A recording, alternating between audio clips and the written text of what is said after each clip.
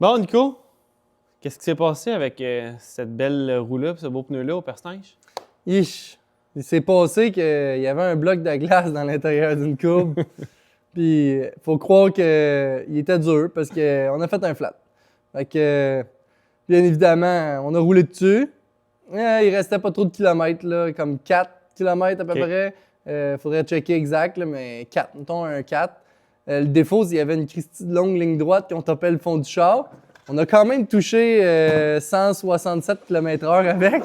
Quand même. Fait que ça roulait vite pour être sur le flat. J'étais comme, Marco, on pense qu'il y a quelque chose, c'est bizarre. Finalement, quand on a freiné, là, le char va tout croche. Ah ouais. On est sur le flat, on est sur le flat. Fait que ça, mais une chicane virtuelle sur le flat en avant à droite, sur la glace, c'était ordinaire. Là. Mettons que j'avais hâte que la chicane finisse. Il a fallu utiliser un peu le banc de neige pour se ralentir, mais une dizaine de mètres, même pas avant la fin de la chicane, on a réussi à reprendre le 60 km/h puis repartir.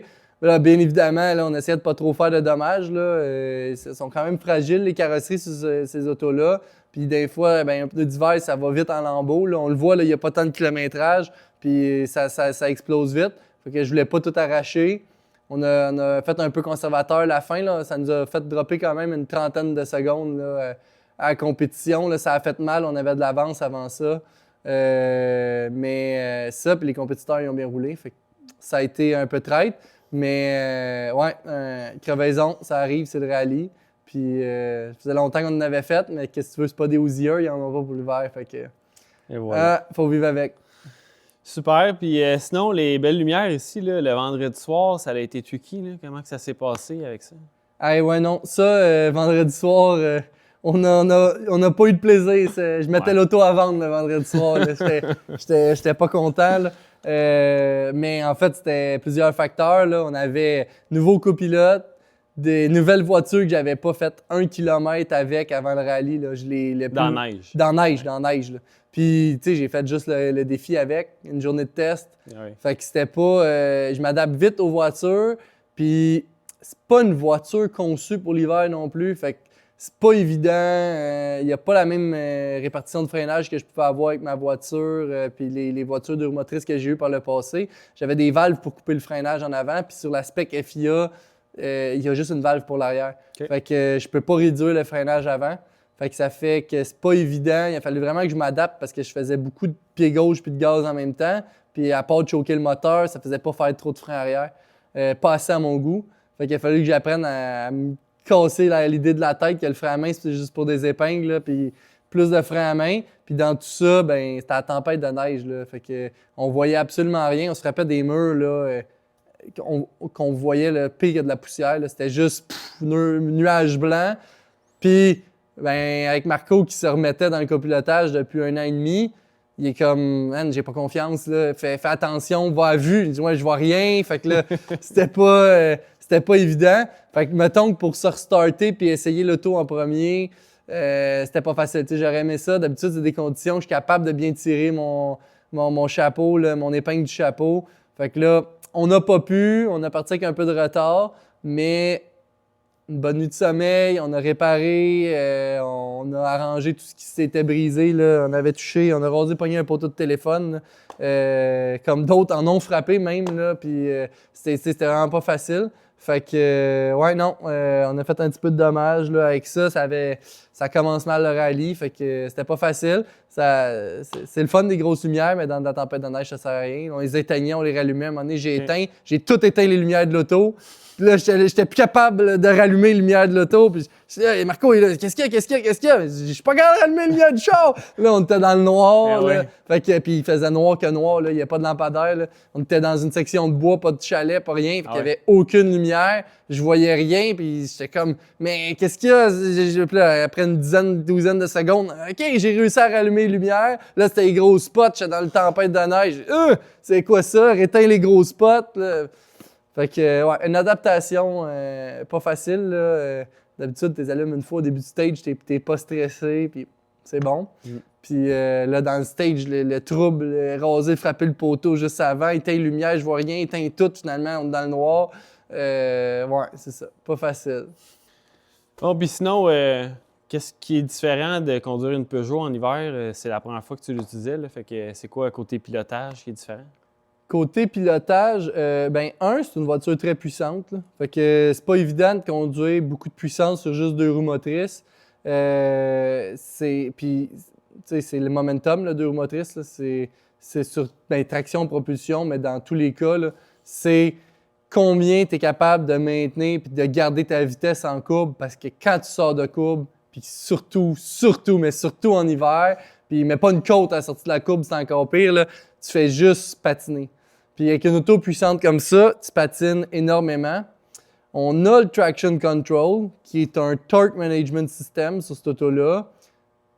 C'est traite. Je suis pas sûr que j'aime ça. J'ai beaucoup d'expérience avec le 2 roues motrices puis la gestion de ma traction.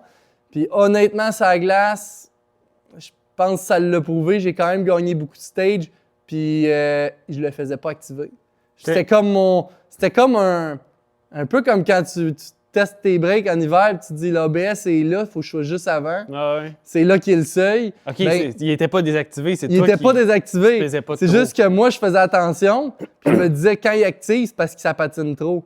Fait que c'est pas juste moi qui pense que ça patine trop, il y a aussi l'ordi. Ah ouais. Fait que je jouais beaucoup, puis j'ai regardé bien des vidéos après avec les autres concurrents en 208. Puis il sortait de courbe, puis tu l'entends, t'entends le moi t'entends puis ça va progressivement. Ouais. Pourtant, ça a l'air aussi efficace. Puis il faut croire que dans ces stages-là, que c'était beaucoup de courbes de relance, ben je réussissais à faire une bonne shot parce que j'ai gagné beaucoup de ces stages-là. OK. Puis ben moi, je me sentais plus à l'aise. Ça me fait comme un petit frisson quand ça sonne. On dirait qu'on est dans le cut-off, puis t'es comme, c'est pas normal, là. Fait qu'il faut que je m'adapte. Mais c'est ça. Puis tu sais, dans le sable mou, j'ai trouvé que ça faisait la même affaire d'un test. OK. Des fois, il servait à rien. Il sert à rien, c'est un grand mot. Il faudrait vraiment faire une comparaison. Ouais. Mais je trouve des fois un mix expérience puis l'outil, ça fait bien la job. Fait que pour ça, c'était bien. Mais c'est sûr, si tu voulais t'en sortir, tu cassais trop à haute vitesse puis tu faisais juste gaz au fond, tu veux ramener ça, ça gérait la traction, ça revenait. Ça fait une bonne fonction. OK. Fait que, ouais, gestion de la traction, 2 roues motrices, c'est le nerf de la guerre. Ben Si oui. tu sais gérer ta traction, ben, tu es capable de la mettre au sol, tu es capable d'aller vite, tu es capable d'optimiser ta relance parce que tout est dans tes relances. Parce que les voitures, ça break beaucoup plus fort. OK. Surtout des modèles comme ça, avec des bons équipements, des freins performants, que ce soit des petites R2, des Fiesta comme j'avais aussi. Là, on met des gros étriers. C'est des étriers, c'est les mêmes grosseurs d'étriers que ce qu'il y a sur une Evo 10 ou sur un Subaru. Fait que c'est des gros freins, des grosses plaquettes, des gros 4 pistons. Ça freine très fort, mais on freine 5, 6, 700, 800 livres de moins. Tu sais, cette auto-là, ça pèse 2400 livres, je ne me trompe pas. La Evo, j'étais à 3500 livres. Ouais. C'est 1100 livres de moins avec les mêmes maudits freins. Ah oui. Tu sais, fait que la distance de freinage est hallucinante, mais c'est ce qui fait aussi que tu es capable de garder plus de vitesse, tu es plus confiant, tu peux te reprendre un petit peu. Par contre, échappe les pas parce qu'en sortie de courbe, tu peux pas gazer et dire je vais l'étirer sur le fossé ou peu importe. Là. Fait que ça, puis c'est le défi que j'aime. Tu sais, dans ça, c'est une gestion différente, c'est une analyse de la course différente, c'est d'optimiser aussi les entrées de courbe. Tu sais, Buffum disait toujours in like a lamb, out like a lion. Tu sais, fait que rentre comme une brebis puis sort comme un lion. Le but, c'est ça, là, tu sais, c'est d'être smooth, de bien placer l'auto pour être efficace parce que plus tu gagnes de temps tôt, plus tu gagnes de vitesse avant la prochaine courbe. Ah oui. Puis si tu peux accumuler ça puis enchaîner ça, bien, tu finis par faire des bons temps comme on a vu dans les dernières années que les 2 roues motrices, ils se mettent à avoir des temps scratch dans des rallyes. Puis c'est plus juste au niveau régional, il y en a même eu dans les nationaux. Oui, il y a eu des pilotes incroyables, mais si on prend BD Chaleur l'année dernière, c'était 3 2 roues motrices sur l'overall. Ah oui. Si on regarde au défi, j'ai fait un deuxième temps overall, c'était une R5 avec un champion canadien, c'était Jean-Sébastien Bessner, c'était moi après.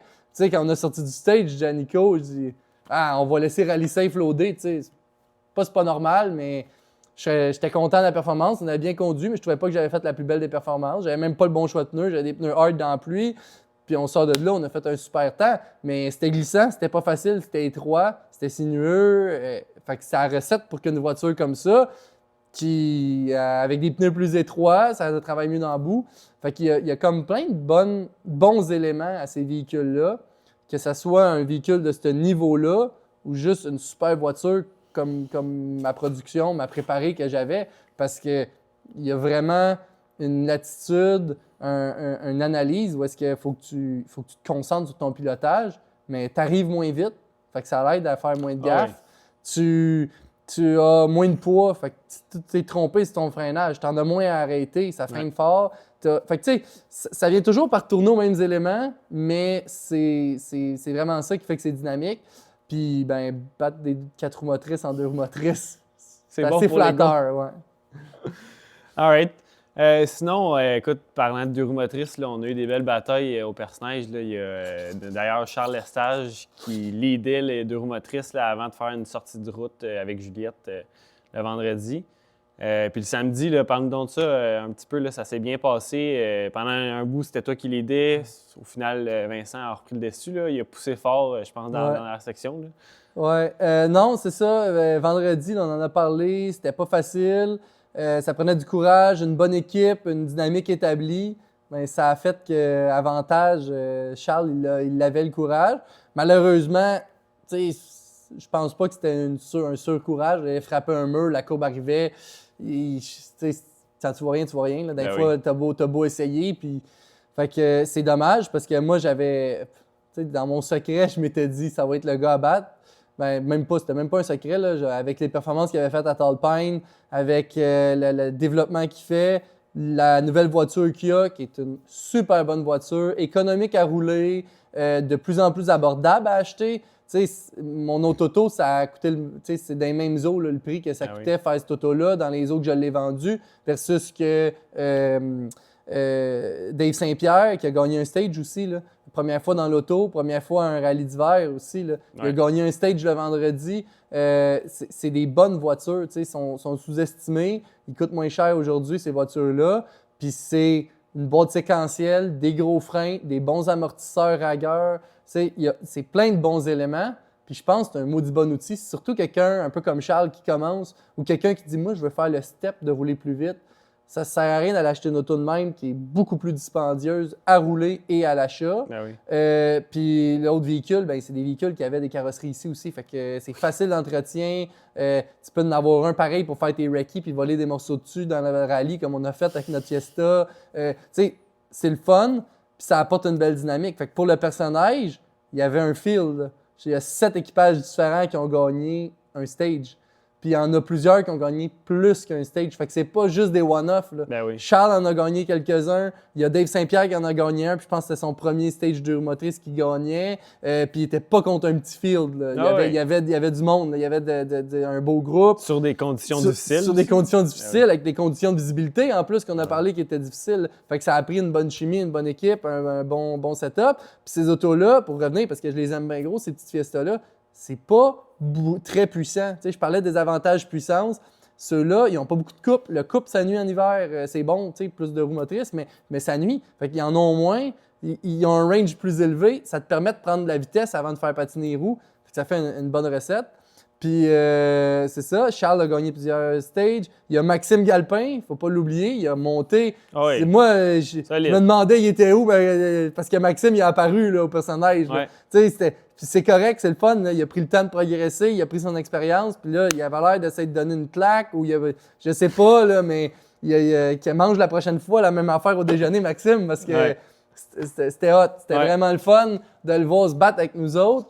Puis, beaucoup moins d'expérience de rallye général, point. Là, moi, ça fait ma 13e saison que je commence. Ça commence à en faire beaucoup. J'en ai fait la moitié en 2 roues motrices, la moitié en 4 roues motrices. J'ai eu des victoires, même au général, au national, une. Puis plusieurs régionales. Fait que, veux pas, j'ai de l'expérience.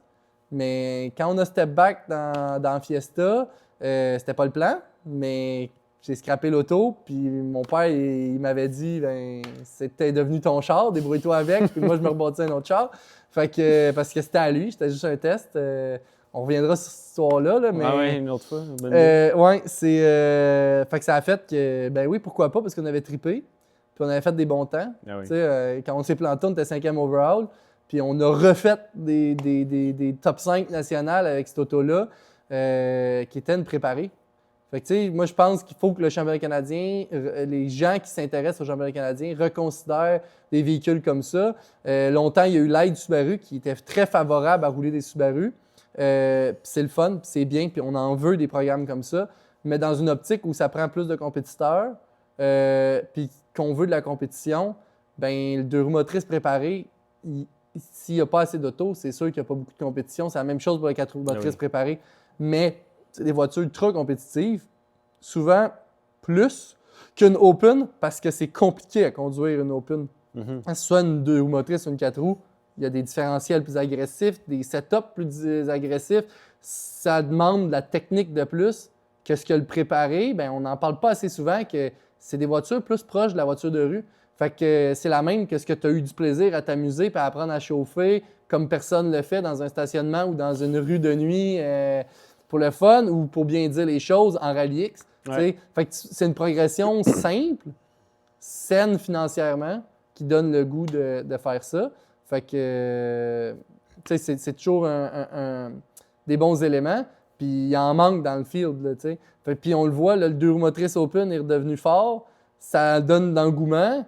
Mais ce serait le fun que l'engouement prenne aussi aux deux roues motrices préparées. Ben oui, pour ramener d'autres mondes dans le sport puis dans la classe aussi. Oui, parce qu'on s'entend, là, c'est vraiment pas le même budget. Là. Une deux roues motrices préparée, tu peux y aller, c'est des voitures légères, tu peux tirer ça avec un VUS puis un petit plateau ou un dolly. Ben oui. Il y en a là, comme Philippe qui arrive avec un hardback puis son Honda Fit en arrière. Là, c'est fun de voir ça, puis c'est vrai que tu pourrais avec ça. Là, puis il y a plein de personnes qui sont pas comme moi, entrepreneurs, qui ça donne accès à du budget de plus. Fait que les gens avec des salariés peuvent plus se permettre des classes comme ça. Puis c'est plate que des fois, ils se limitent parce qu'ils pensent qu'il faut la grosse voiture. Là, parce qu'il y a du fun, mais plus que tu peux pas imaginer à s'optimiser dans une petite voiture. Puis le secret, c'est rouler. Fait que quand ça coûte pas cher rouler, plus tu peux rouler, plus tu prends de l'expérience, plus tu gravis les échelons. 100%. Sinon, c'est quoi la prochaine étape? Là, on vient de laver l'auto, là, mais bon, l'entretien sur l'auto, puis les prochains rallyes, mettons? Bien, les entretiens, c'est la même chose pour toutes les voitures, pas mal. La différence pour celle-là, c'est qu'il y a la boîte séquentielle à entretenir. Fait qu'on l'amène à Eric, puis il nous l'analyse, il nous la refait. Puis ça, c'est l'élément vraiment différent. Le reste, les changements d'huile à toutes les courses. La boîte, on sait qu'en hiver, c'était traite. Fait qu'au service de nuit, on a fait l'entretien, on a vidé l'huile, on a analysé l'huile. On a des contaminants différents parce qu'avec le patinage, ça donne des gros coups. Là. Il y a des gros différentiels de vitesse entre la vitesse des roues qui patinent puis le passer la vitesse. Puis il faut alléger l'accélérateur. Là. C'est pas flat foot comme sur le gravier ou sur l'asphalte. Je lâchais l'accélérateur, je passais à la vitesse puis je redonnais de l'accélérateur pour donner une chance de réduire le différentiel puis l'inertie dans les roues. Ça va quand même plus vite que de clutcher et tout, mais ça les protège de la transmission. Ça, c'est comme défaut de l'hiver d'une boîte comme ça. Mais ouais. Puis sinon, le reste, ben graissage des amortisseurs. C'est jamais très compliqué. C'est une botte à défaire. On les démonte, on nettoie, on analyse. Est-ce que le chrome est en train de s'en aller? Y a-t-il des piqûres de coups de POC qui se sont mis dedans? C'est un boulon ou quelques boulons qui tiennent l'assemblage pour défaire le bâti amortisseur, la partie qui coulisse, là, le inverted, le chromé qu'on voit là, sur les gros amortisseurs de rallye. Puis le bâti, on démonte ça, on analyse des bushings, est-ce qu'ils sont en bon état. Puis, tu sais, c'est des choses visuelles. Là. C'est pas une analyse poussée, c'est est-ce qu'il y a des rayures dedans, qu'il y a du sable qui a passé. Même chose sur le shaft. La graisse, on l'enlève, on la nettoie, on remet de la graisse neuve dedans. Puis, en faisant ça, ça étire les équipements, ça donne une bonne historique de c'est quoi leurs conditions. Ça permet de savoir dans quel état l'auto est pour la prochaine course. On l'attaque, l'auto est en top shape, ça donne confiance. Bien, puis ça te permet de finir le rallye au final aussi. Oui, bien c'est ça, tu as un bon point. Là, finir, tu sais, un rallye, ça coûte cher. T'inscrire coûte cher, te déplacer coûte cher, mettre du gaz dans le rig pour te rendre, ça coûte cher, l'hôtel coûte cher. Si tu arrives là, puis tu brises pour une négligence qui coûtait pas cher. Ouais. Ça a coûté Une coupe cher d'heure en pour temps. économiser peu, tu sais. Fait que ça, c'est un élément souvent négligé, malheureusement. C'est pas compliqué. Les gens pensent que c'est compliqué. Là, on fera une vidéo là-dessus. J'aimerais vraiment vas-y. ça parce que c'est trop souvent négligé. Puis juste une suspension en bon état, ça l'aide beaucoup à performer. Bah, 100%. Ouais. Sinon, après l'entretien, là, qu'est-ce qui se passe côté calendrier? Ben, côté calendrier, coup-ci, coup-ça, on va voir. Non, mais le but, c'est l'Est.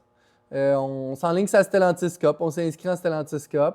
On a 4 manches à faire pour faire le maximum de points. On va essayer de faire les 4 pour être au maximum des points. Ça risque d'être un peu difficile parce que c'est tête dans l'horaire, dans le budget, avec la business, la famille, tout ça. Je déménage, nouvelle maison. Ça en fait beaucoup. On monte dans le trou de la saison. Puis ça, on a vendu des beaux contrats dernièrement, fait qu'on va espérer qu'ils soient fructifiants puis qu'on puisse se permettre plus de courses. Mais l'objectif, ça va être l'Est canadien, la semi-finale aux États-Unis au LSPR pour la Stellantis Cup, puis la finale à Charlevoix, là, qui est un bon rallye pour nous. Puis c'est 2 événements compte double avec des bourses en argent. Fait que ça va pouvoir aider, là, même si c'est plus serré, souvent c'est à la fin du championnat, là, le budget. OK. Donc, prochain rallye? Prochain rallye, ça serait Baie des Chaleurs. On aimerait ça peut-être voyager dans l'Ouest, mais c'est un gros projet temps-finance. Fait qu'on va essayer de travailler des partenaires pour voir ça. Puis même de l'entraide dans notre équipe. Là. Peut-être se trouver un équipage qui veut partager le frais de déplacement en se déplaçant en 2 véhicules là, avec ceux qui ont des plus grosses remorques. Puis non, c'est ça. Ça serait intéressant. On va voir. C'est pas dans les plans, mais on aimerait ça le faire parce que, veut pas, on a tellement eu une belle bataille à Personnage. Les temps étaient serrés. C'était le fun de voir ça. C'était plate de perdre le lead. Mais non, vraiment, les autres ont bien piloté puis ça donne le goût d'en faire plus. C'était vraiment motivant.